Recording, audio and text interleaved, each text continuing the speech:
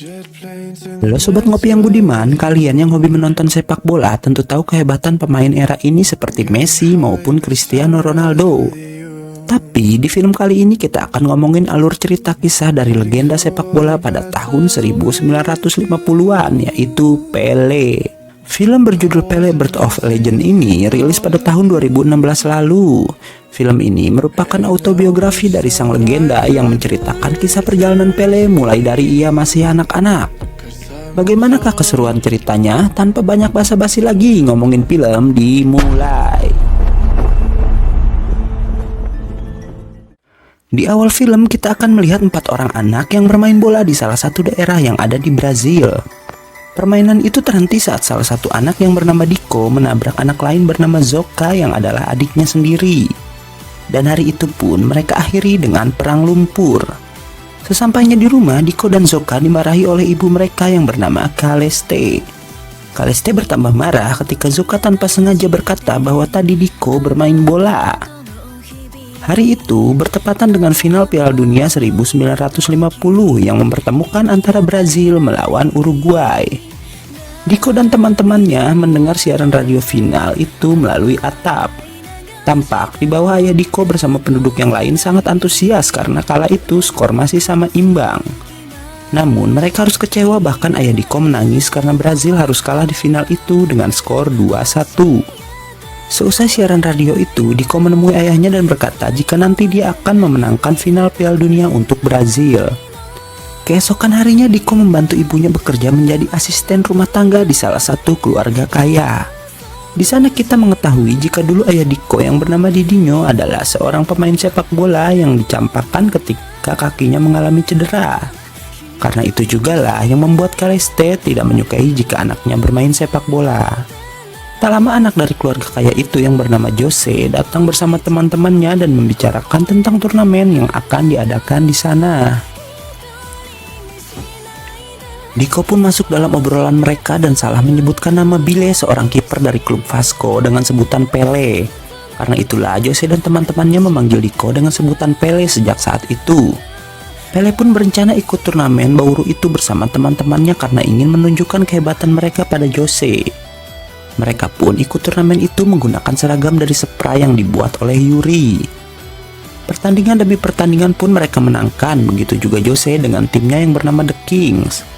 Saat final akan mempertemukan mereka, Jose mengejek tim Pele dengan sebutan orang-orang tanpa sepatu karena Pele dan kawan-kawan selalu bermain dengan kaki telanjang. Karena itulah membuat mereka mencari cara agar dapat membeli sepatu dengan cara mencuri kacang walau harus ketahuan dan dikejar oleh para pekerja. Mereka pun berhasil membeli sepatu dari hasil kacang yang mereka jual, tapi saat menjual kacang, Jose dan teman-temannya datang mengejek mereka hingga terjadi perkelahian. Sampainya di rumah, Pele berkata pada ibunya bahwa bibirnya mengeluarkan darah karena dipukul oleh gurunya. Tentu Kaleste marah dan berniat mendatangi guru tersebut. Beruntung, ayah Pele yang tahu luka itu didapat karena berkelahi, berusaha melindungi Pele dengan berkata dia yang akan mengurus semuanya.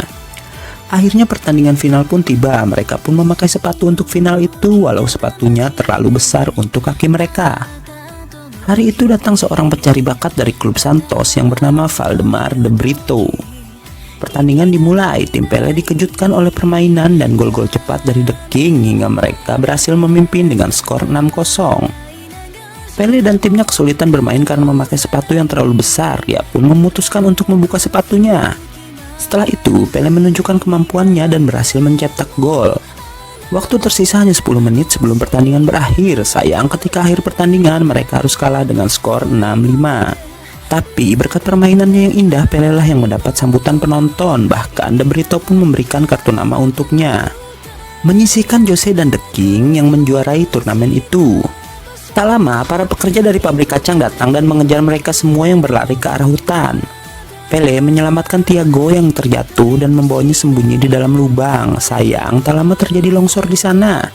Pele berhasil keluar, tapi Thiago harus tertimbun longsoran dan tewas di tempat itu.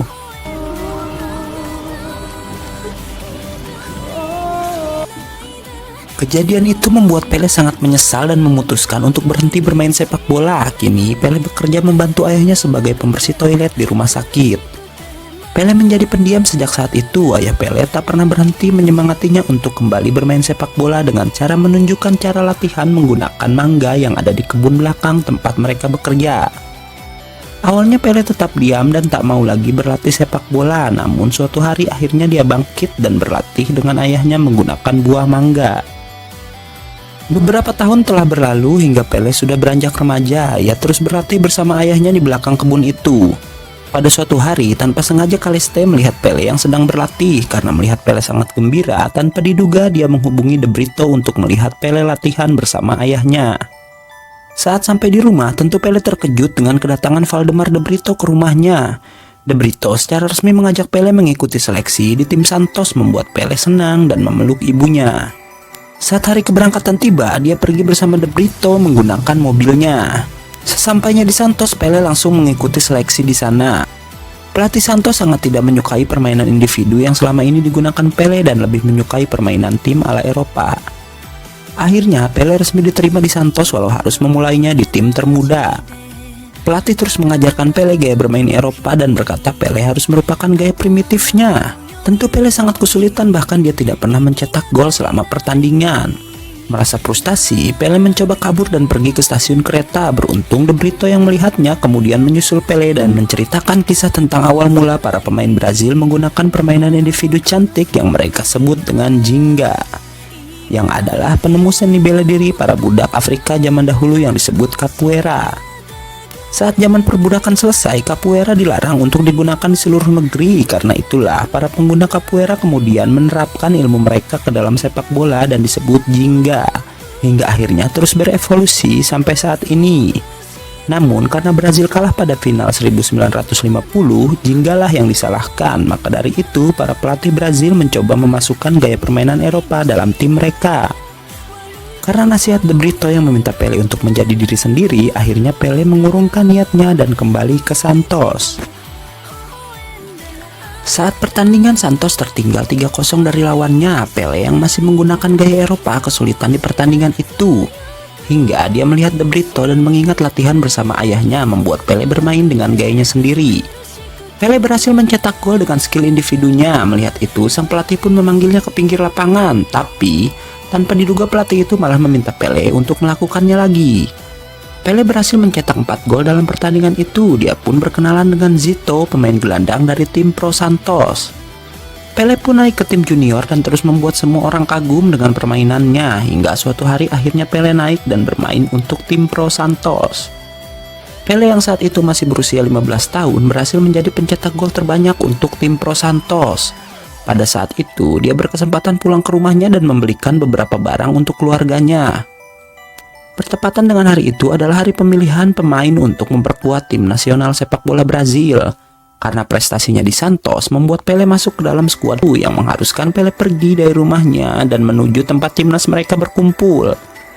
Sesampainya di Rio de Janeiro, Pele lalu berkenalan dengan para pemain lain yaitu Garincha, Castilho, Mauro, Vava, Didi, dan ada juga Zito yang Pele kenal di Santos. Tak lama Garincha menunjukkan seorang pesaing Pele di timnas bernama Mazzola yang ternyata adalah Jose, musuh Pele sejak kecil. Teman-temannya berkata pelatih lebih menyukai gaya permainan Eropa Mazzola daripada gaya Ginga dari Pele. Beberapa hari kemudian, pelatih Viola mengadakan pertandingan untuk memilih skuad utama timnas Brazil. Pelatih Viola selalu memuji Mazzola. Melihat itu, Pele berusaha menunjukkan skill individunya, namun naas dia harus cedera karena terjegal. Sontak, cedera Pele yang diakibatkan oleh Ginganya menjadi pemberitaan dan membuat pelatih Viola kecewa kepadanya. Karena Vicente Viola menginginkan anak asuhnya bermain layaknya tim-tim Eropa. Pele tidak bisa bermain saat Brazil bertemu dengan Austria. Beruntung Brazil bisa memenangkan pertandingan itu. Saat bertemu Inggris, Pele masih tak bisa bermain. Pertandingan itu hanya berakhir imbang tapi harus dibayar mahal karena cederanya 3 pemain Brazil termasuk Mazzola yang harus absen saat bertemu Uni Soviet. Namun akhirnya 3 pemain yang menggantikan mereka ialah Garincha, Zito, dan Pele yang belum sembuh total dari cederanya, membuat dokter yang merawatnya menjadi khawatir. Pele masuk ke lapangan dan terlihat sangat grogi karena itu adalah kali pertama ia bermain untuk timnas Brazil. Pele kesulitan melawan permainan fisik dari tim Uni Soviet yang bermain kasar. Beruntung, timnya berhasil mencetak gol dan membuat Brazil melaju ke semifinal berhadapan dengan timnas Perancis. Pele tetap main di semifinal walau permainannya mengecewakan, dan itu dikarenakan Mazzola yang masih mengalami cedera. Pele masih kesulitan melawan permainan Perancis hingga babak pertama usai, dan saat itu skor masih imbang 1-1. Di ruang ganti tak diduga Pele menghampiri Mazzola yang terduduk sendiri. Pele berkata bahwa dirinya tak bisa bermain seperti Mazzola. Mazzola pun bercerita bahwa selama ini ia ingin menjadi warga negara Eropa, tapi dia menyadari setelah ikut Piala Dunia dia akan selalu menjadi orang Brazil. Mazzola pun mengingatkan Pele masa lalu mereka saat mengikuti turnamen yang saat itu Pele membuat semua orang kagum dengan jingganya, dan itulah yang mereka butuhkan untuk saat ini. Babak kedua pun dimulai dan pemenang dari laga itu akan bertemu tuan rumah Swedia yang sudah menunggu di final. Pele masih kesulitan hingga Mazzola meyakinkan Pele dengan tatapannya, membuat Pele bangkit dan memperlihatkan skill individunya hingga berhasil membuat gol.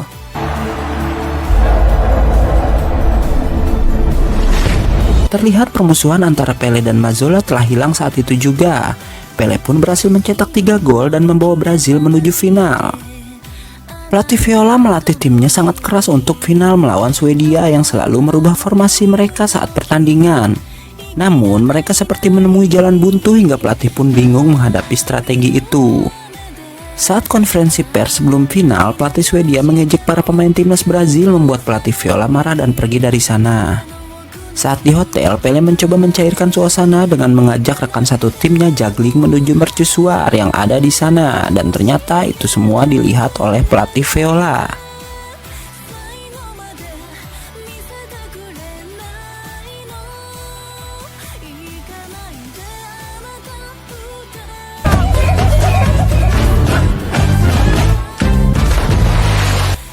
Satu hari sebelum pertandingan, pelatih Viola berkata pada seluruh pemain jika apa yang mereka lakukan di hotel telah membuatnya sadar, dan meminta mereka untuk bermain sebagai Brazil yang dikenal selama ini, yaitu bermain dengan jingga, jati diri mereka, apapun hasil yang akan mereka dapatkan nantinya. Awalnya Brazil kesulitan menghadapi permainan cepat dan keras dari Swedia, bahkan Pele selalu dijaga ketat agar tak bisa menunjukkan skill individunya. Swedia pun mencetak gol cepat saat pertandingan baru berjalan kurang dari 4 menit. Karena tertinggal itulah Pele bangkit dengan jingganya hingga Brazil bisa menyamakan kedudukan. Bukan hanya Pele, seluruh tim pun bermain dengan skill individu yang sangat indah hingga akhirnya Brazil memenangkan Piala Dunia 1958 dengan skor akhir 5-2. Membuat seluruh dunia kagum dengan keindahan permainan mereka, dan film pun mamat. Sekian ngomongin film kali ini, terus dukung kami dengan cara subscribe, like, dan tekan tombol loncengnya agar kalian dapat notifikasi bila kami upload video baru. Dan jika kalian ingin request film apa yang akan kita bahas selanjutnya, harap tinggalkan komentar di bawah. Bye-bye.